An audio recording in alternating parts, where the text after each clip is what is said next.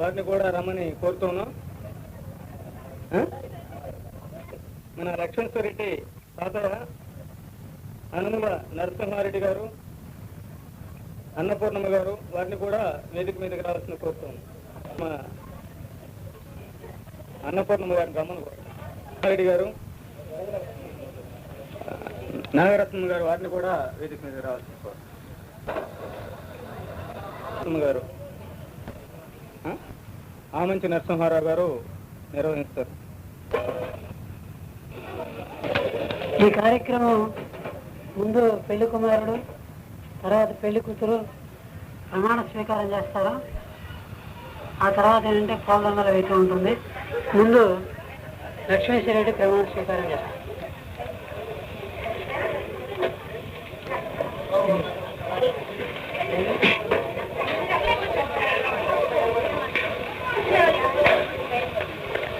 కోసూరు గ్రామ కాపురస్తుడు శ్రీ అనుముల నరసింహారెడ్డి అన్నపూర్ణమ్మ గారుల మనవడు శ్రీ అనుముల కృష్ణారెడ్డి నాగరత్న గారుల కుమారుడు అయిన లక్ష్మేశ్వర రెడ్డి పేరు గల నేను ముప్పాళ్ల మండలం లంకెల కోరపాడు గ్రామ వాస్తవ్యులు శ్రీ గంగసాని రామకోటిరెడ్డి రంగమ్మ గారుల కుమార్తె సీతమ్మ అను నిన్ను హృదయపూర్వకంగా ఇష్టపడి పెద్దల సమక్షంలో వివాహం చేసుకుంటున్నాను. కష్ట సుఖాల్లో జీవితమంతా నీతో కలిసి జీవించగలనని ప్రమాణం చేయుచున్నాను. ముప్పాల మండలం లంకెల కోరపాడు గ్రామ కాపురస్తుడు శ్రీ గంగసాని రామకోటిరెడ్డి గారు రంగమ్మ గారుల కుమార్తె సీతమ్మ అను నేను క్రోసూరు గ్రామస్తులు శ్రీ అనుముల నరసింహారెడ్డి గారి అన్నపూర్ణమ్మ గారుల మనవుడు శ్రీ అనుముల కృష్ణారెడ్డి నాగరత్న కుమారుడు లక్ష్మేశ్వర రెడ్డి అని పేరు గల నిన్ను హృదయపూర్వంగా పెద్దలు ఎదుట వివాహం చేసుకుంటున్నాను. కష్టసుఖంతో జీవించుతో నీతో కలిసి జీవించగలనని ప్రమాణం చేస్తాను.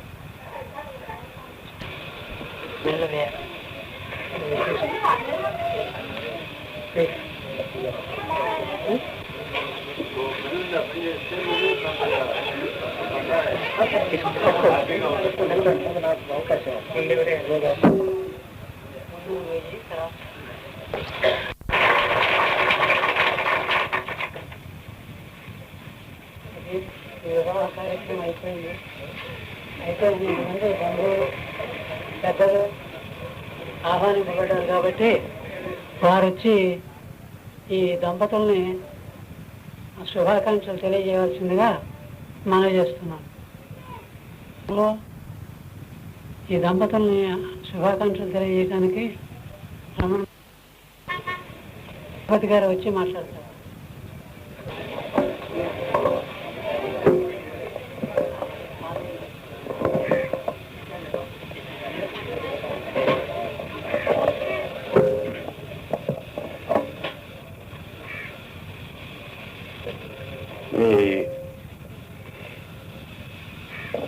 ఈ వివాహ సందర్భంలో ఇక్కడ హాజరైనటువంటి మీ అందరికీ నేను మొట్టమొదటి ఒక మాట చెప్పదలిచాను. ఈ మధ్య చాలా కాలం నుంచి ఇటువంటి పెళ్ళిళ్ళు చేయటం కానీ పెళ్ళిళ్ళు జరిగేటప్పుడు మాట్లాడటం కానీ దాదాపుగా మానేశాను. ఎందువల్లంటే ఎవరి కారణాలు వాళ్ళకు ఉంటాయి. కానీ ఈ పెళ్ళికి తప్పకుండా 2 మాటలు మాట్లాడాలనుకున్నాను. ఎందువల్లంటే నేను బాగా చిన్నతనంలో 13-14 సంవత్సరాల వయసులో ఈ ప్రాంతంలో అంటే క్రోసూరు దాని చుట్టుపక్కల ఉన్నటువంటి ప్రాంతంలో మొదటి కమ్యూనిస్టుల తర్వాత వాళ్ళతో తీసుకురాబోయినటువంటి ఒక కమ్యూనిస్ట్, గట్టి కమ్యూనిస్ట్ నేను. మన ఆమంచి నరసింహారావు గారు నన్ను పార్టీలోకి రిక్రూట్ చేశారు. ఏమిటా ఇది పెద్ద ఉపన్యాసం మొదలుపెట్టాడు, వాహనం వచ్చిందాక చేసేట్టున్నాడే అని మీరేం ఆందోళన పడకండి. అసలు పని అయిపోయింది కాబట్టి ఎప్పుడు ఆనొస్తే అప్పుడే పోదురు కానీ ఇబ్బంది ఏం లేదు. ఎందుకంటే అమ్మో కమ్యూనిస్టులట అప్పటికి ఇప్పటికీ నాకు అర్థం కాని విషయం ఏంటంటే అమ్మో కమ్యూనిస్టులు అంట. ఏమిటి అమ్మో కమ్యూనిస్టులు అంటే ఏమిటి? అమ్మో కమ్యూనిస్టులు మాకు 2 కాళ్ళు లేవా, 2 చేతులు లేవా, ముక్కు లేదా, మూతి లేదా, మాటలు రావా, మర్యాద తెలీదా, సంసారాలని మర్యాదగా కాపాడుకోవటం లేదా, ఏ విషయాల్లో అమ్మో కమ్యూనిస్టులు? ఈ అమ్మో కమ్యూనిస్టులు అన్నటువంటి పదాన్ని నా చిన్నప్పటి నుంచి కొంతమంది కావాలని అనవసరంగా తమకిష్టంగా అయినటువంటి విషయాల్ని ఉద్దేశపూర్వకంగా కొంతమంది, తెలియక కొంతమంది, అమాయకత్వంలో కొంతమంది ప్రచారం చేసేవారు. కానీ మేము అసలు కమ్యూనిస్టులుగా వచ్చిన వాళ్ళు ఎవరు? ఆ ప్రాంతంలో బాలేమర్తి గ్రామం ఉంది మనకి. నిన్ననే ఆ ఊటుకూరు స్కీమ్ ఇంజనీర్లని తీసుకెళ్ళి ఆ గొడవ కోసం అక్కడికి వెళ్ళినప్పుడు కొంత ఎక్కువ సమయం ఉండి ఆ ఊళ్ళో ఆ కథ అంతా చెప్పేవాడు. బాలేమర్తి అగ్రహారంలో అతి చాదస్తపు కుటుంబాల్లో భాగ్యవంతుల పిల్లలు చదువుకున్నారు. మన ప్రాంతంలో ఒకళ్ళు ఎక్కువ చదువుకున్నవాడు వాళ్ళు. ఆ అగ్రహారం నుంచి వెళ్ళి చదువుకున్నటువంటి వాళ్ళంతా ఆమచంద్రరావు గారి గోపిక లేక ఆ సంగతి వదిలిపెట్టారు. వాళ్ళు చదువుకోవటానికి వెళ్ళిన చోట ఈ ప్రపంచం ఎటువంటిది, ఈ ప్రపంచం అంటే మనకు కనిపించే ఎదువాగు, కప్పలాగు, దాని చుట్టూతో ఉన్నటువంటి కోసూరు చెరువు, ఆరోకల చెరువు, గంగ తిరణాళ, ఇవే కాకుండా ఈ ప్రపంచం చాలా విశాలమైందని,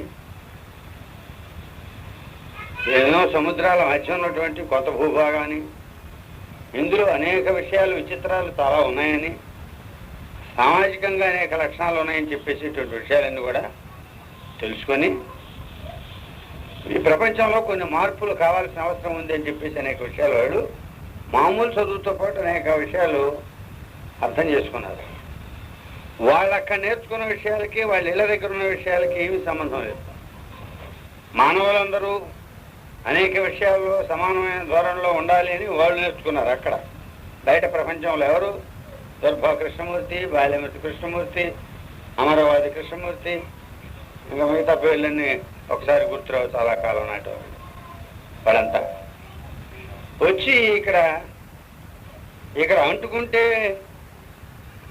చర్మం కోసేయాలనేటువంటి ఇళ్లలో నుంచి వచ్చిన వాళ్ళు, చూస్తేనే అంటు ముట్టు తగులుతుందేమోని చెప్పేసి ఆ బజారంతా కళాపి చల్లాల్సినటువంటి అలవాట్లు ఉన్న కుటుంబాల నుంచి వచ్చినటువంటి వాళ్ళు ఈ సమానత్వ సిద్ధాంతాన్ని గురించి ఆ ప్రాంతం అంతా ప్రచారం చేశారు. వాళ్ళు ఎంతటి వాళ్ళు చాలా గొప్పవాళ్ళు. ఆ తర్వాత అందులో అనేక మంది పనికిమాలిన వాళ్ళుగా తయారు కావచ్చు. కానీ వాళ్ళు పనిచేసినటువంటి రోజుల్లో వాళ్ళు చేసినటువంటి త్యాగాలు మాత్రం ఎవరు మర్చిపోవడానికి వీల్లేదు. మనుషులంటే ఒకే రకమైనటువంటి వాళ్ళు, మనుషుల యొక్క సమానత్వాన్ని గురించి చెప్పే ధైర్యం ఆ రోజున ఉన్నది అనేది మనం జ్ఞాపకం ఉంచుకోవాలి. లక్ష్మేశ్వరరెడ్డి లాంటి వాళ్ళ పెళ్లి సందర్భంలో పెళ్ళయింది అని 15 నిమిషాలు కాదు, 20 అరగంట సేపు మంత్రాలు చదవాలంటే మనకు కూడా మంత్రగాళ్ళు ఉన్నారు. గంటన్నర చెప్పి ఇసుగించి రేపు పంపగలిగిన వాళ్ళు ఉన్నారు. ఆ మంత్రాల వల్ల ఉపయోగం లేదు. దుర్ప హనుమాయమ్మ గారని చెప్పేసి ఈ పాత సతంపల్లి తాలూకాలో తొలిసారిగా 50 ఏళ్ళ నాడు సైకిల్ దొక్కిందామె. తొలి లేడీ సైకిల్. ఇప్పుడేదో సైకిల్ దొక్కుతుంటే అమ్మ మరీ బరి తెగించిపోయినారు, సైకిల్ మీద వస్తున్నమాట, సైకిల్ మీద వస్తున్నారు ఇంకా అనుకునే వాళ్ళు ఉన్నారు. 50 సంవత్సరాల నాడు దుర్బా హనుమాయమ్మ గారు ఈ సత్తెనపల్లి తాలూకా అంతా కూడా మహిళా సంఘాలను నిర్మించడం కోసం అని చెప్పేసి,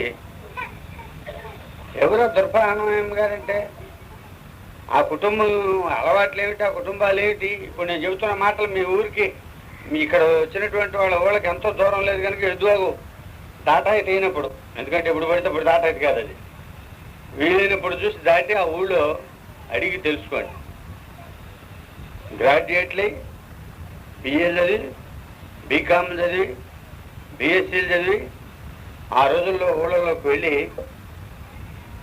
ఇది మాలపల్లని, ఇది మాధురపల్లని, ఇది వడ్డకాకాలని, లేకపోతే ఇది ఒక అంటరాని ప్రదేశం అని, ప్రత్యేకమైనటువంటి ఉద్దేశం, అగ్రవర్ణం అని, ఎటువంటి అహంకారాలతో నిమిత్తం లేకుండా వారంతా తిరిగి ఊళ్ళల్లో ప్రజల తరఫున పనిచేశారు అనేటువంటిది కనుక తెలుసుకున్నట్లయితే చైతన్యం అనేటువంటిది చాలా ముఖ్యమైనటువంటిది. అన్నిటికంటే మానవుడి యొక్క ఆలోచన విధానంలో ఉండాల్సినటువంటిది సమాజం యొక్క మంచి విలువలు.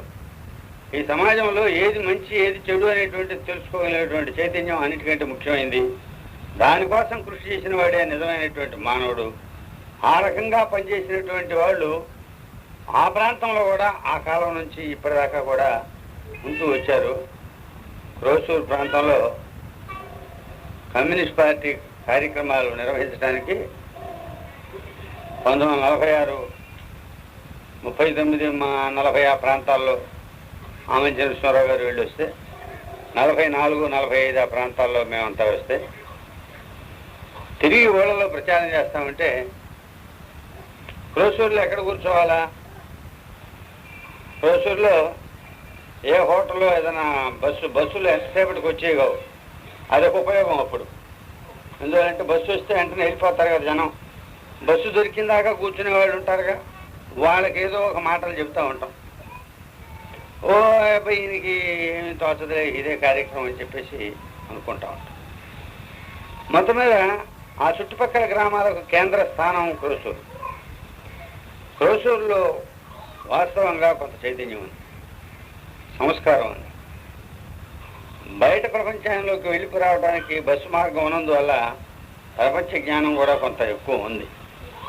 కానీ అక్కడ ఎందుకన్నా కానివ్వండి, రాజకీయ చైతన్యం కంటే గ్రామీణ ముఠా వాతావరణం మొదటి నుంచి ఎక్కువగా ఉండేది, అన్ని ఊళ్ళల్లో లాగానే. అందువల్లనే రాజకీయ ధోరణులతో ప్రచారం చేయటం అనేది వచ్చేటప్పుడు అనేక ఇబ్బందులు వస్తుంది. ఏమైనా నేను ఒక విషయం మాత్రం చెప్పగలను. ఇప్పటికంటే ఇప్పుడు జరుగుతున్నటువంటి పరిస్థితుల కంటే చాలా మర్యాద అయినటువంటి పద్ధతిలో రాజకీయ ప్రచారం సాగించడానికి ఆ రోజుల్లో అవకాశం ఉండేది. పూర్తిగా కమ్యూనిస్టు వ్యతిరేకులు ఎక్కువ మంది ఉన్నటువంటి చోట కమ్యూనిస్టు ఓ బహిరంగ సభ పెట్టి తన రాజకీయాలు స్వేచ్ఛగా మాట్లాడటానికి అవకాశం ఉండేది. కమ్యూనిస్ట్ పార్టీకి లేక ఇతర రాజకీయాలకి బలమైనటువంటి ప్రాంతాల్లో కాంగ్రెస్ రాజకీయాలు సిద్ధాంతాలు కలిగినటువంటి వాళ్ళు స్వేచ్ఛగా మాట్లాడటానికి అవకాశం ఉండేది. ఒకరిని ఒకరు చర్చలు తప్ప మిగతా విషయాల్లో ఎంతో మర్యాదగా ఉండేది. నేను చాలా మందిని కొత్తగా వచ్చినటువంటి కుర్రవాళ్ళని వ్యక్తిగతమైనటువంటి పరిచయం లేదు, కానీ లక్ష్మేశ్వరుడికి అప్పుడప్పుడు చెబుతుంటాను, మీ తాత నాకు బాగా పరిచయం అయినాయా, పెద్దగా రాజకీయాలు మాట్లాడుకునే పరిచయం కాకపోయినా చాలాసార్లు ఆయన ఇంటికి వెళ్ళి నేను సందర్భాల్లో అరుగు దగ్గర ఎక్కడో ఆ చిన్నతనంలో ఎక్కువగా మాట్లాడే అలవాటు ఉండేది అని చెప్పేసి. ఏమైనా మేము ఒక్క విషయం చెప్పగలం. ఈ సందర్భంలో చెప్పేది ఏంటంటే, కొంతమందికి కమ్యూనిస్ట్ అయినందువల్ల పిల్లలు చెడిపోయినారు లేక చెడిపోతారు అనేటువంటి అభిప్రాయాలు ఉంటాయి. నేను వాళ్ళని విమర్శించను, ఎవరి అభిప్రాయాలు వాళ్ళే. అవి అనుభవంలో వారు తర్వాత తెలుసుకుంటారు. కొంతమందికి కమ్యూనిస్టులు అయినందువల్లనే వాళ్ళు బాగుపడతారు. బాగుపడటం అంటే ఆర్థిక విషయాలు ఇతరత్ర కాదు, మర్యాదస్తులుగా ఉంటారు, లోకజ్ఞానం నేర్చుకుంటారు, మంచిగా ఉంటారు అని ఉంటారు. ఈ రెండు ఉండవచ్చు. ఈ రెండు ఉండటాన్ని నేను పెద్దగా ఘర్షణ పడదలుచుకోలేదు దాంతో. ఎందువల్లంటే మనస్సు అనేటువంటిది ఎవరి మనసు వాళ్ళ స్వాధీనంలో ఉంటుంది. అది కొన్ని అభిప్రాయాలకు రావచ్చు, తప్పులేదు. కానీ ఈ సందర్భంలో ఏంటంటే చాలామంది ఫలానా వాళ్ళ వల్ల మా అబ్బాయి చెడిపోయినాడు అనేటువంటిది ఇందులో నుంచి కొన్ని ఏర్పడుతుంటాయి. అవి మాత్రం ఉండకూడదు. ఎందువల్లంటే ఎవ్వరు ఎవరి వల్ల చెడిపోరు, ఎవ్వరు ఎవరి వల్ల ప్రత్యేకంగా రాదు. కొన్ని కారణాలు, కొన్ని వాతావరణాలు, కొన్ని ప్రత్యేకతలు, కొంత మనసులో సొంతంగా ఉండేటువంటి ఆలోచనలు, కాలమాన పరిస్థితులు, సంఘంలో ఉండేటువంటి పరిణామాలు, వీటి వల్ల వాళ్ళకి కొన్ని అభిప్రాయాలు వస్తాయి. మా అమ్మ కమ్యూనిస్ట్ అయిన ద్వారా నేను కమ్యూనిస్ట్ అయినానా? ఈ ఆమంచి నరసింహారావు గారు ఆ బోటిపూడి పదార్థాలు వస్తే కర్ర తీసుకొని ఎంటబడేదా? వేలుపూడి బ్రాహ్మణుడు వచ్చారన్నా రేడని చెప్పేసి తర్వాత రోజుల్లో బాగా మర్యాద ఇవ్వచ్చు. మొదటి రోజుల్లో. కానీ ఆమె నరసింహారావు గారు ఎట్టికి పట్టుకున్నాడా నన్ను? కొన్ని ఆలోచనలు ఉండి మేము కొన్ని ఆలోచనలకు బయలుదేరి వచ్చాం కదా. నాకంటే ముందు శాఖమూరి రామలింగయ్య గారు మా ఊళ్ళో తొలి కమ్యూనిస్టు. ఆయన 4 సంవత్సరాలు అయిన తర్వాత ఆయన దాన్ని ఆయన వెళ్ళాడు. ఒక రైలు కాశీ బయలుదేరుతుంది, ఒకడు పెరకొరపాటు దాకా వచ్చి దిగిపోతానంటాడు. మేము పట్టుకొని లాగి, నువ్వు పెరకొరపాటు దిగటానికి వెళ్ళలేదు, కాశీ దాకా రావాల్సిందే నువ్వు. మేము పట్టుకుంటాడు, ఎప్పుడప్పుడు కళ్ళు చూసినా దూకిపోతాడు. ఉన్నారా? ఎంతమంది ఎన్ని చోట్ల ఎన్ని రైలు స్టేషన్లు దిగిపోలేదు, ఎన్ని కొత్త కొత్త రైళ్ళు ఎక్కలేదు, వాళ్ళందరినీ మేము పట్టుకుంటే ఆగారా? ఇంతకు నేను చెప్పేది ఏంటంటే, విషయం అనేటువంటిది ఒక మనిషి తన చుట్టూతో ఉన్నటువంటి సాంఘిక పరిస్థితుల గురించి తాను ఆలోచించేటువంటి ఆలోచనలకు ఇతరులది కొంత తోడు ఉండవచ్చు, కొన్ని సిద్ధాంతాలు తోడు కావచ్చు, కొంతమంది ఆదర్శంగా వాళ్ళకి కనిపించవచ్చు. కానీ ప్రత్యేకంగా ఒకరెవరో ప్రత్యేక కారణం వల్ల వీళ్ళని చెడగొడతారు అనేటువంటి ఆలోచన పెద్దలు ఎవరో కలిగి ఉన్నారని నా ఉద్దేశం కాదు. సహజంగా వచ్చేటువంటి భావనలు కనుక నేను అటువంటివి కారణాలు ఉండవు. అందులో చిన్నవాళ్ళు కాదు, వాళ్ళంతా 30 ఏళ్ళు 35 ఏళ్ళు 28 ఏళ్ళు వచ్చిన తర్వాత, గ్రాడ్యుయేట్లు అయిన తర్వాత, ముఖ్యంగా లక్ష్మేశ్వర రెడ్డి నాకు ఎవరో చెప్పారు, ఇది కోసూరు ఎవరబ్బాయి ఏంటంటే ఫలానా వాళ్ళ అబ్బాయి రాజకీయాల్లో పనిచేస్తాట, మార్క్సిజం వచ్చిందట అని పరిచయం చేశారు. బాబు, ఇవి అంత సుఖప్రదమైనటువంటి విషయాలు మాత్రం కావు. మామూలుగా సుఖం అంటే కష్టం అంటే ఏంటి, సుఖం అంటే కష్టం అంటే ఏమిటి అనే దాని గురించి అనేటువంటి చర్చలకు పోతే ఇప్పుడు ఆ వేదాంతం ఇప్పుడు దేవదు అంటే చాలా దూరం చల్లగా గాలి వస్తామని మీరు అనుమానం. అందువల్ల నేను 2 మాటలు చెప్తాను. ఈ కష్ట సుఖాలు అనేటువంటి చాలా జాగ్రత్తగా ఆలోచించాలా. ప్రజల కోసం పనిచేయటం అనేటువంటి దానిలో కొంత మానసికమైనటువంటి చైతన్యం, వ్యక్తిగతమైనటువంటి త్యాగం, సంఘం కోసం పనిచేసేటువంటి కొన్ని లక్షణాలు, ఇవన్నీ చాలా ముఖ్యమైనవి. 1-2 సార్లు బాగా ఆలోచించుకొని, చుట్టూతో ఉన్నటువంటి పరిస్థితులు, కుటుంబాలు ఆలోచించుకొని, నీవు నిర్ణయానికి రావాల్సినవి తప్ప మరొకరు నిర్ణయించే కావు. నీకు తోడ్పడగలం కానీ నిర్ణయం మాత్రం నీది, బాగా ఆలోచించుకోమని చెప్పాను. స్వేచ్ఛగా ఆయన నిర్ణయించుకున్న బాటన ఆయన పనిచేస్తూ ఉన్నాడు. ఆ బాటన పనిచేసినంతకాలం ఎవరైనా సరే ఈ ప్రపంచంలో విప్లవకారులుగా, కమ్యూనిస్టులుగా పనిచేసినంతకాలం కొన్ని పద్ధతులకి కట్టుబడి ఉండి పనిచేసేటువంటి వాళ్ళ కోసం మేము ఆహ్వానం ఇవ్వదలుచుకున్నాం. వీళ్ళందరికీ వెంటనే అనేక పదవులు వస్తాయని చెప్పేసి పార్టీలోకి రారు. కొన్ని పార్టీల్లోకి వస్తుంటారు, తెల్లవారి పార్టీకి ఏదో వస్తుందా, ఇది వస్తుందా, కనీసం ఆ పదవి రాకపోద్దా, ఈ పదవి రాకపోద్దా. దీనిలోకి వచ్చేటువంటి వాళ్ళు అటువంటి పదవుల కోసం కాదు, ప్రజల సమస్యల్లో ఏమి సాధించారు అనేటువంటిది వేరే సంగతి. మాకంటే ఎక్కువ సాధించింది ఎవరూ లేరనే సంగతి నేను బహిరంగ సభల్లో, రాజకీయ సభల్లో ప్రత్యేకంగా అనేక సందర్భాలు చెప్పాను, ఇక ముందు కూడా చెబుతాను. కానీ ఇప్పుడు ఈ సందర్భంగా నేను చెప్పదలిచింది ఏంటంటే, యువకులు ఈ రోజున చాలామంది నేను ఈ పెళ్లి పద్ధతిని గురించి చెప్పదలుచుకోలే. ఎక్కువ పెళ్లి పద్ధతి పూలదండలు వేసుకోవడం ద్వారా పెళ్లి చేస్తే పెళ్లి కాదని చెప్పేవాళ్ళు కొందరు ఉన్నారు. అది చాలా తప్పు. మంత్రాల ద్వారా చేస్తే అసలు పెళ్లి కాదని చెప్పేసి కొంతమంది వాదిస్తున్నారు. నేను దాన్ని కూడా అంగీకరించదలచలేదు. ఎందువల్లంటే మన సమాజంలో నమ్మకం ఉన్నంతకాలం అనేక మంది అనేక రకాలైనటువంటి వివాహాలని వాళ్ళు ఒప్పుకొని ఉన్నాడు. మీరు చేయగలిగింది లేదు. సమాజంలో గాంధార వివాహాలు నడిచినాయి, రాక్షస వివాహాలు నడిచినాయి, బలవంత వివాహాలు జరిగినాయి, ఇష్టమైనటువంటి వివాహాలు జరిగినాయి, స్వయంవరాలు జరిగినాయి. ఈ రకమైనటువంటి పెళ్లిళ్ళు ఎన్నో జరిగినాయి. ఈ పురాణాల్లో హరికథ రాముల వారి గుడి మీద చెబుతూ ఉంటే మాత్రం బాగానే ఉంటుంది.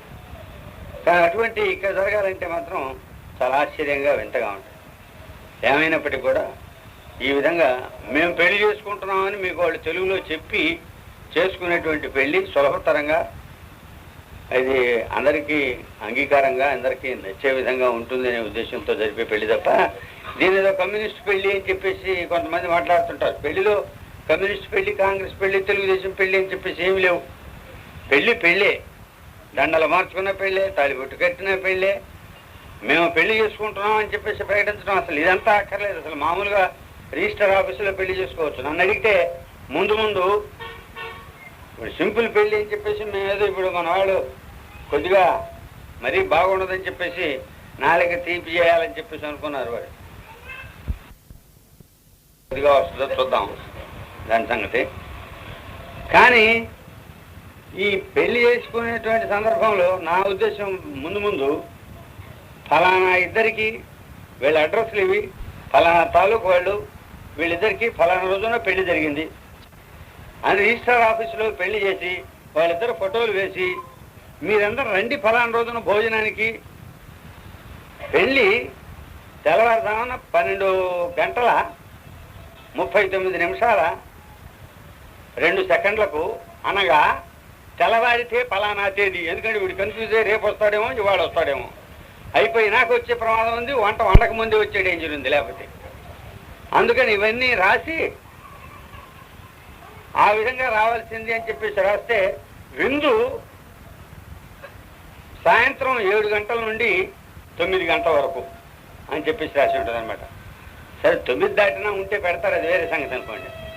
ఈ విందుకు ఉన్నవాడు పెళ్లికి ఉండడు. పెళ్లికి ఉండేటువంటి వాడు ఈ విందు భోజనం చేయడు. ఎందుకంటే వాడు వచ్చేటప్పటికే అయిపోద్ది.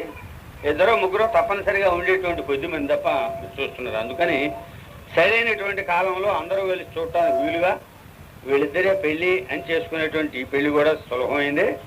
ఇంతకన్నా మరింత సులభం చేయాలంటే వాళ్ళ ఫోటోలతో అవసరమైతే ఇప్పుడు 6 తల్లిదండ్రుల ఫోటోలు కూడా వేయాలనుకోండి. ఈ తల్లిదండ్రుల ఫోటోలు కూడా వేసి ఈ విధంగా ఫలానా రోజున పెళ్లి జరిగింది, ఫలానా తేదీన రిజిస్టర్ జరిగింది, తెలియపరచడం అయింది, మీ అందరికీ శుభ సమాచారాన్ని మీ అందరికీ తెలియపరచడం అయింది అని ఇప్పుడు ఈ ఆహ్వానాలు పోస్ట్ చేసే వాళ్ళందరికీ వాటిని పోస్ట్ చేస్తే దానికి దీనికి ఉండేటువంటి తేడా ఏమిటి అనేది కొంత కొత్తగా పెళ్లి చేసుకోవాల్సినటువంటి యువకులంతా కొంచెం చర్చించమని కోరుతున్నాం. మీ అందరూ పొద్దున్నే అమలు జరపమని చెప్పేసి కోరటం లేదు. ఇటువంటివన్నీ కొంచెం ఆలోచించండి. ముందు చాలా పద్ధతులు మారబోతాం. ఈ విషయాలు పెళ్లి పద్ధతుల గురించి మరీ ఎక్కువ మాట్లాడుకోక్కర్లేదు. నేను చెప్పదలిసిందల్లా ఏదైనా పెళ్లి అనేటువంటిది ఏ రకంగా చేసినప్పటికీ పెళ్లి. కానీ పెళ్లిళ్లలో ఇప్పుడు ప్రమాణం చదివారు, ఒకే ఒక మాట ఉంది, జీవితంలో కష్ట సుఖాలలో జీవితం అంతా కలిసి ఉంటాము అని ప్రమాణం చేశారు. ఇప్పుడు అసలు ప్రమాణాలంటే బహు తేలిగ్గా ఉంది. దేశంలో ప్రమాణం చేయరా అంటే ఏ ప్రమాణం ఏం చేయడానికి సిద్ధంగా ఉన్నారు. మరి ఎలక్షన్లు వచ్చిన తర్వాత కోసూరు కొండ మీద ఏదో చేయరా, రైట్ కట్టేస్తాం. ఎందుకు కట్టేసేది? నిన్న కొత్తగా ఎలక్షన్ మన ఎంపీ గారు చెబుతున్నాడు. పాపం ఆయన ఇంకా విషయాలు తెలియదు. మా ఫ్రెండే, నేను ఆయన తరఫున బాగా ప్రచారం చేసిన వాడిని కాదు, బాధగా ఉండి కూడా. అక్కడెక్కడ రైల్వే స్టేషన్ ఓపెన్ చేసేటప్పుడు ఈ కాకానిలో ఎక్స్ప్రెస్ బండ్లన్నీ ఆపే ఏర్పాటు నేను చేస్తాను అంటున్నాడు. కాకానిలో ఆపడానికి అసలు ఆ పొడుగు చాలదు. కాకాని నుంచి గుంటూరు దాకా కూడా అంత పొడుగు లేదు. ఈ ఎక్స్ప్రెస్ బండి మనం ఆపమన్నా ముందు వాళ్ళు ఆపదలిచినా వీలవుద్దా కాదా అనే దాంతో ఏమి నిమిత్తం లేదు, ఇచ్చేసాడు వాగ్దానం. ఇటువంటి ప్రమాణాలు కొత్త పెళ్లి కొడుకులు పెళ్లి కూతుళ్ళు కూడా రాశాయని ఒకడు, రాస్తే చూశాయని ఒకడు, చదవమని చెప్పాయని ఒకడు. వాళ్ళు చదవగలరు కనుక అమ్మాయి చదువుతుందో లేదో అనుకున్నాను. లక్ష్మీశ్వరరెడ్డి ఏమనుకోకపోతే బాగానే చదివింది తనకంటే కూడా. అందుకని ఈ చదివారు బాగానే ఉంది. కష్ట సుఖాల్లో కలిసి ఉంటాము అని చెప్పేసి అంటే జీవితం అంతా కలిసి ఉంటాము కష్ట సుఖాల్లో అంటే ఏమిటి? నువ్వు నన్ను ఎంత కష్టపెడతావో నేను నిన్ను అంత కష్టపెడతాను అని కొంచెం కొద్దిగా ఆలోచించి చెప్పండి నాకు. దాని అర్థం ఏంటి? కష్ట సుఖాల్లో కలిసి ఉంటామంటే రెండు అర్థాలు ఉన్నాయి దాని. నువ్వు నన్ను సుఖపెడితే నేను సుఖపెడతాను, నువ్వు నన్ను ఏడిపిస్తావు, నాకు తెలియదు ఏంటి నిన్ను ఏడిపించే పద్ధతి. అయితే చక్కగా ఇదే విషయం అంటే ఇది కాదు. కానీ దీనికి మూలమైనటువంటి అర్థం ఏమిటి? అనేక ఇబ్బందులు వస్తాయి.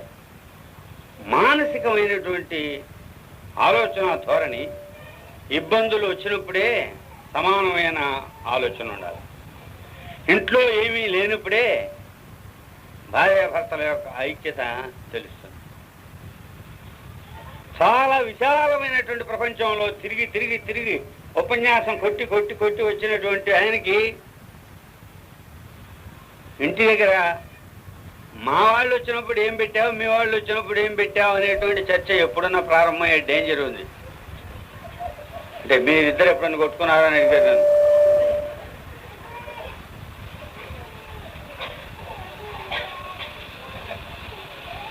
అందుకని ఇటువంటి విషయాలన్నీ కూడా చాలా జాగ్రత్తగా ఆలోచించాలా. ఈ కష్ట సుఖాల్లో కలిసి వెలిసి జీవితం అంతా కాపురం ఉంటాం అన్నటువంటి మాటకి మించి గంటన్నర సేపు మంత్రాలు ఊరిక డమడమడమడమ కొడతా ఉంటే ఆయన చదివే మంత్రాల్లో ఈ మాటకి ఉన్న అర్థానికి మించి ఇంకేమీ లేదని చెప్పదలుచుకున్నాం. ఈ విషయానికి చుట్టుపక్కల ఉన్న వాళ్ళందరం కూడా తోడు కావాలి. ఈ తోడు కావటం కాకుండా ఈ ఇంటికి పోయిన దగ్గర నుంచి ఏమైనా బంగారం పెట్టారా, ఈ కాస్త కూర్చో పెట్టుకోవడం ఏంది ఉంది, ఉందో లేదో తర్వాత సంగతి. ఈ రకమైనటువంటి చర్చలు మన సమాజంలో నేను మా తల్లులందరినీ ఉద్దేశించి ప్రత్యేకంగా మహిళా సంఘం ప్రచారం చేయాల్సింది ఏంటంటే ఇట్లాంటి విషయాలు కొంచెం తక్కువగా మాట్లాడుకునే అలవాటును సమాజంలో బాగా ప్రచారం చేయండి. అదేముంది ఇదేముంది ఇదేముంది అదేముంది, వాళ్ళు వస్తా ఏం చేశారు, వీళ్ళు పోతా ఏం చేశారు, వాళ్ళు అక్కడ ఏం చేశారు, వీళ్ళు ఎక్కడ ఏం చేశారు, ఈ వెతుకులాట కనుక తగ్గించేటైతే వాళ్ళకి మనం చాలా సహాయపడేట్టు అవుతుంది. ఇవి సంఘ మర్యాదలకు సంబంధించి మిగతా విషయాల్లో ఈనాడు పెద్దగా నేను ఇతర విషయాలు ఏం మాట్లాడదలసలేదు. లక్ష్మేశ్వరరెడ్డి, సీతమ్మ, మా వాడికి కొంచెం రేపటి నుంచి సీత అని పిలుస్తాడు అనుకుంటా. ఎందువల్లంటే కార్డు మీద చాలా ఇష్టంగా ఆ విధంగా రాసుకున్నాడు. బహుశా రేపటి నుంచి పిలవటం మాత్రం అంతేనే నా నమ్మకం. ఎందుకంటే కార్డులోనే ఇష్టత కనిపించింది, మంచిదే. అది ఎవరి ఇష్టం వచ్చినట్టు వాళ్ళు పిలుచుకోవచ్చు. ఆయన్ని ఆయన ఇష్టం వచ్చినట్లుగా ఈ పేరు కూడా చాలా పొడుగుంది. ఈ మార్చేటువంటి హక్కు ఆయనకి ఎంత ఉందో నీకు అంత ఉంది. నీకు ఎట్లా అనుకూలంగా ఉంటే అట్లా మార్చి అందులో ఉన్న అక్షరాలు చెడకుండా పిలువు, అభ్యంతరం లేదు. వారిద్దరు కూడా వాళ్ళ జీవితం ఇవాళ నేను వాళ్ళని మీరు ప్రజాసేవ చేయండి, మీరు ప్రజల కోసం బాగా పూనుకోండి, మీరు ముందు ముందు మీ త్యాగాలన్నీ కూడా మీకున్నటువంటి అన్ని రకాలైనటువంటి కూడా త్యాగం చేయండి, వీటి మీద నిలబడండి, అది ఇదని చెప్పేసి అవన్నీ వాళ్ళు ఆలోచించుకోవాల్సిన విషయాలు. వాళ్ళు ఇప్పటికే అటువంటి ఆలోచనలు కలిగినటువంటి వాళ్ళ పెళ్ళి, దానిలో ఇక ఇతర విషయాలన్నిటి గురించి మాట్లాడటం నా వరకు నాకు ఇష్టం లేదు. నేను మాట్లాడవలసింది వాళ్ళకి ఇప్పటికే ఉన్నటువంటి ఆశయాల్ని మరింత కట్టుదిట్టమైన పద్ధతిలో, మరింత సరి అయినటువంటి పద్ధతిలో, మరింత సక్రమమైనటువంటి మార్గంలో, మరింతగా తరతరాలుగా త్యాగమూర్తులు నడిపినటువంటి బాటని చాలా చౌకబారుగానో తక్కువ పద్ధతిలోనో తాత్కాలికంగా వచ్చేటువంటి మెరుపుల వల్ల వచ్చేటువంటి అభిప్రాయాల వలన పొరపాట్లు పడకుండా వాటిని బాగా ముఖ్యంగా లక్ష్మేశ్వరరెడ్డి ఆయన భార్య ఇద్దరు కూడా నూతన దంపతులు ఈ సమాజంలో అనేక మార్పులు వస్తున్నాయి. ఈ ప్రపంచంలో ఈ వస్తున్నటువంటి మార్పులకి మెరుపులకి అదిగో అక్కడేదో నాగారంలో పిడుగు పడదట. పిడుగు అంటే ఏమిటి అనేది తెలియనటువంటి వాళ్ళు చాలా మంది ఉన్నారు. బ్రహ్మాండమైనటువంటి విద్యుల్లత, అది భరిస్తే ఆ రకంగా జరుగుతుంది అనేటువంటి శాస్త్రం తెలియనటువంటి వాళ్ళు చాలా మంది ఉన్నారు. అర్జునుడు పాశుపతాస్త్రం సంధిస్తే, అర్జునుడు ఆ రోజున మోత మోగిస్తే దానికి బట్టదట పిడుగు అని చెప్పేవాళ్ళు ఉన్నారు. ఇంకా ఇప్పటికీ భారతం చదివి. అందుకని శాస్త్ర మానవ సమాజంలో వస్తున్నటువంటి మార్పులు తిరగబడుతున్నాయి. అనేక విషయాలు కమ్యూనిస్టులు చాలా గట్టిగా పనిచేయాల్సినటువంటి సమయం. అనేక మార్పులు వస్తున్నాయి. ఈ వస్తున్నటువంటి మార్పుల్ని ఖచ్చితమైనటువంటి పద్ధతిలో ప్రపంచ జ్ఞానమే కాదు, ఈ దేశంలో ఉన్నటువంటి పరిస్థితులకు అనుగుణంగా ఈ పార్టీ ఏమి చెబుతా ఉందో, ఏం ఆలోచిస్తూ ఉందో, రాజకీయ పరిణామాల్లో వస్తున్నటువంటి మార్పుల్లో నిజాలు ఏ రకంగా నడవబోతున్నాయో భవిష్యత్తుని జాగ్రత్తగా అర్థం చేసుకొని ఈ అంధకారమయమైనటువంటి భవిష్యత్తు కాకుండా ఉజ్వలమైనటువంటి భవిష్యత్తు కోసం మానవ జాతిలో అత్యున్నతమైనటువంటి సిద్ధాంతాన్ని బలపరచడానికి మీకున్నటువంటి శక్తియుక్తులు యావత్తు కూడా ఉపయోగిస్తారని చెప్పేసి, అందులో కృషి చేస్తారని చెప్పేసి ఆశిస్తూ, నేను చిన్నప్పుడు పనిచేసిన ప్రాంతంలో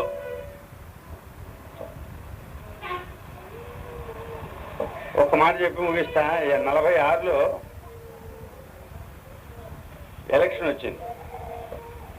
మా ఎలక్షన్కి ఇప్పుడు పేపర్లో కామ్రేడ్ వావిలాల్ గోపాలకృష్ణయ్య గారు అని రావట్లేదు. ఇప్పుడు ప్రముఖ స్వాతంత్ర సమర యోధుడు అని వస్తుంటుంది పేపర్లో. కామ్రేడ్ వావిలాల్ గోపాలకృష్ణయ్య గారు ఆ రోజుల్లో రాష్ట్ర కమిటీలో సభ్యుడు. ఆయన కమ్యూనిస్ట్ పార్టీలో, కమ్యూనిస్ట్ పార్టీకి అభ్యర్థి ఆయన.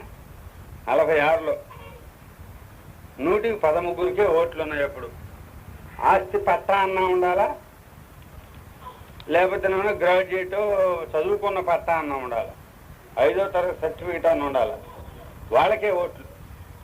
ఈ కోసూరు చుట్టూతా 10-15 వాళ్ళకి గెలిపి కోసూరు పోలింగ్ స్టేషన్. అదే చింతల తోపులో తాటాకులు పందిళ్ళు వేసి పెట్టారు. ఈ సింబల్స్ ఇవన్నీ లేవు. అప్పుడున్న ఎలా పెట్టెలకి రంగులు వేసేవాడు. పసుపు పచ్చ పెట్టె కాంగ్రెస్ గుర్తు. ఇప్పుడు పసుపు పచ్చ అనే మాట ఇప్పుడంత మళ్ళీ వేరే అర్థంలో ఉంది. ఎంత గందరగోళం. ఆకుపచ్చ పెట్టె ముస్లిం లీగ్ పెట్టె గుర్తు. ఎర్ర రంగు పెట్టె కమ్యూనిస్ట్ పార్టీ పెట్టె. ఈ సింబల్స్ ఓటేయటం, అంటుకుందేమో చూడరా అని చెప్పేసి అంటే ఈ చెప్పేవాడికి అంటుకోవాల్సింది తప్ప ఓటర్లు బాగా కరెక్ట్గా ఉన్నారు అనుకోండి ఇప్పుడు కూడా. కానీ అందులో చేసేవాడు వచ్చేవాడు. మేమంతా ఎర్ర పెట్టెకే మీ ఓటు, పచ్చ పెట్టెకే మీ ఓటు అని, కాంగ్రెస్ వాళ్ళు పచ్చ పెట్టని ఎర్ర పెట్టని, మేము ఎర్ర పెట్టెకే ఓటు వేయండి అని చెప్పడానికి నా సైజు వాళ్ళు తప్ప ఇంకెవడు లేరు. ఈయనేమో అచ్చంపేట క్యాంపులో ఉన్నాడు. అక్కడ పోలింగ్. కోసూరు క్యాంపులో ఎవరున్నారంటే రాజుగారు, గురవరాజు గారు ఏమన్నా మండపం మీద, కిందనేమో నా తాలూకు వాళ్ళందరూ నా భారత్ 15 మంది ఎర్ర పెట్టెకే మీ ఓటు అని చెప్పేసి అంటే చాలా మంది కాంగ్రెస్ అభ్యర్థి తరఫున చూడటానికి వచ్చారు. చూడగానే వాళ్ళని వెళ్ళి పలకరించి చాలా సరదాగా ఉండేది. పలకరించి చూసి ఇక్కడ ఏమిరా ఎవరున్నారా, ఏక లడకా ఏక బుడకా అని చెప్పేసి అన్నారు. అంటే భారతం మే క్యా హై రే, ఏక లడకా హై ఏక బుడకా హై అని చెప్పేసి చెప్పారు మొగరాయ చక్రవర్తులు. అంటే లడకా ఎవడు అభిమన్యుడు, బుడకా ఎవరు భీష్ముడు. వాళ్ళిద్దరితోటే ఆ ప్రపంచం. అప్పుడు కమ్యూనిస్టులు కనపడ్డది అక్కడ ఎవరంటే గురవరాజు గారును నేను, ఆ కోసూరు. అటువంటి దానికి బదులు చాలామంది అభిమానం కలిగినటువంటి వారు ఉన్నారు. మనసులో అభిమానం, వీళ్ళు బాగానే, వీళ్ళ ఆలోచనలు సరైనలాగానే ఉన్నట్టున్నాయే అనేటువంటి ఆలోచన కలిగిన వారు చాలా ఉన్నారు. వారందరికీ నేను విజ్ఞప్తి చేసేది ఏంటంటే, మన లక్ష్మేశ్వరరెడ్డి లాగానే ఆయన తీసుకున్నటువంటి నిర్ణయం ఆదర్శపూరితమైన నిర్ణయం. ఆ రకంగా మీరందరూ కూడా, మిగతా యువకులు కూడా కొంచెం ముందుకొచ్చి ప్రపంచంలో జరుగుతున్నటువంటి విషయాల్ని ఊరికనే ఎవరో చెప్పేటువంటి అపనిందలో మామూలుగా తోచితోతని కబుర్లను నమ్మి అపార్థాలు చేసుకోకుండా ప్రజల కోసం అని చెప్పేసి పనిచేయడానికి మీ అందరూ ముందుకు రావాలని చెప్పేసి కోరుతూ ఈ పెళ్లి అటువంటి దానికి ఆదర్శప్రాయం అవుతుంది అని చెప్పేసి ఆశిస్తూ నేను ఈ నూతన వధువుల్ని హృదయపూర్వకంగా ఆశీర్వదిస్తూ ఆశీర్వదించటం అని చెప్పేసి అంటే మీరంతా భోగభాగ్యాలతో తొలదవ్వండి వాళ్ళు ఆశీర్వదిస్తుంటారనమాట. మనవాడు ఏందో ఎవరు సలహా చెప్పారో లేకపోతే జాగ్రత్త, కొంచెం ఎక్కువ జాగ్రత్త ఆహ్వానమే రాశాడు. మీరందరూ ఖచ్చితంగా సమయమునకు హాజరై తీరవలను. వ్యవసాయ కార్మిక సంఘాన్ని నోటీసు కూడా అట్నే రాస్తుంటాను, వాటి ఖచ్చితంగా సమయానికి రావాలని. ఇంకా నేను రాకపోతే ఊరుకోనని చెప్పేసి రాయాలి. అందుకని నేనేమో ఆడపిల్లవాళ్ళు రాకపోతే ఏం చేస్తాడో చూద్దామని కొంచెం ఆలస్యంగా వచ్చి చూశారు ఈ పూట. దాంతోపాటు కింద ఏం రాశాయంటే బహుమతులు తీసుకురావద్దు అని. కొంతమంది పెద్దవాళ్ళు ఉంటారు, మర్చిపోతారేమో అని జ్ఞాపకం చేయడానికి వచ్చేస్తారు. మనవాడు మాత్రం ఉన్నది ఉన్నట్టు మాట్లాడేవాడు కనుక అది పొరపాటున ఎవరైనా తెస్తారేమో వద్దు అని చెప్పేసి రాయటానికి మాత్రమే ఆయన రాశారు. అందుకని అంత ముక్కు సూటిగా ఉన్నటువంటి మనిషిని మీరు సరిగా అర్థం చేసుకోవాలని చెప్పేసి ఈ కార్యక్రమంలో జయప్రదంగా పాల్గొని నేను జయప్రదం చేసిన మీ అందరికి కూడా నేను ఈ తాలూకాలో కమ్యూనిస్ట్ ఉద్యమంలో చాలా కాలంగా పనిచేసిన వాడుగా, జిల్లా కమిటీ కార్యదర్శిగా, ఇక్కడ అనేక రాజకీయాల అభిప్రాయాలు ఉన్నటువంటి వారు, అనేక మంచి చెడుల ఆలోచనలు ఉన్నటువంటి వారు ఉన్నారు. వారందరికీ కూడా వినయపూర్వకంగా మేము మనవి చేసినామంటే ఇక్కడ మిమ్మల్ని ఆహ్వానించింది ఏ రకంగానూ గాయపరచాలని కాదు, కానీ పెళ్లి మావటి కనుక మా ఐడియాస్ కొద్దిగానైనా మంచి అని చెప్పుకోవటం న్యాయం అని చెప్పేసి మీ అందరూ అంగీకరిస్తారని చెప్పేసి ఆశిస్తూ మరొకసారి ఆయనకు భూదాన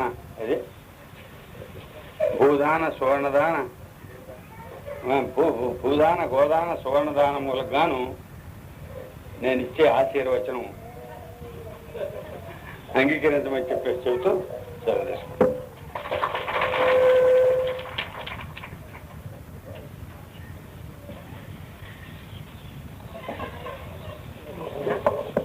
ఇంకెవరన్నా మాట్లాడేవాళ్ళు రమ్మని కోరుతున్నాను.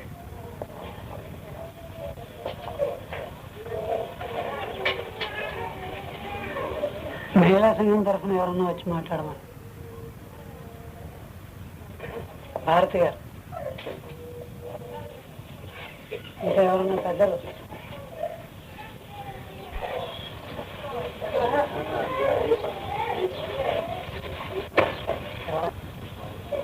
సరే, ఇప్పటికే కాలాతీతం అయింది, వర్షం యొక్క ఇబ్బంది ఒకటి ఉంది. అందువల్ల ఏంటంటే ఈ కార్యక్రమాన్ని ముగిస్తున్నాం. ముగించే ముందు ఇందాక అనేక విషయాలు, పెళ్ళిళ్ళు, వాటి పద్ధతుల గురించి చదువు అంటే మూడో కన్ను, జ్ఞాననేత్రం. సర్వేంద్రియాల అనుభూతిని జ్ఞాననేత్రం ద్వారా పొందవచ్చు, విశాల విశ్వాన్ని దర్శించవచ్చు. ఆదికవి నన్నయ్యకు వారసుడైన ప్రతి ఆంధ్రునిలో జ్ఞాననేత్రం అంతర్భాగం కావాలని ఆకాంక్షిస్తూ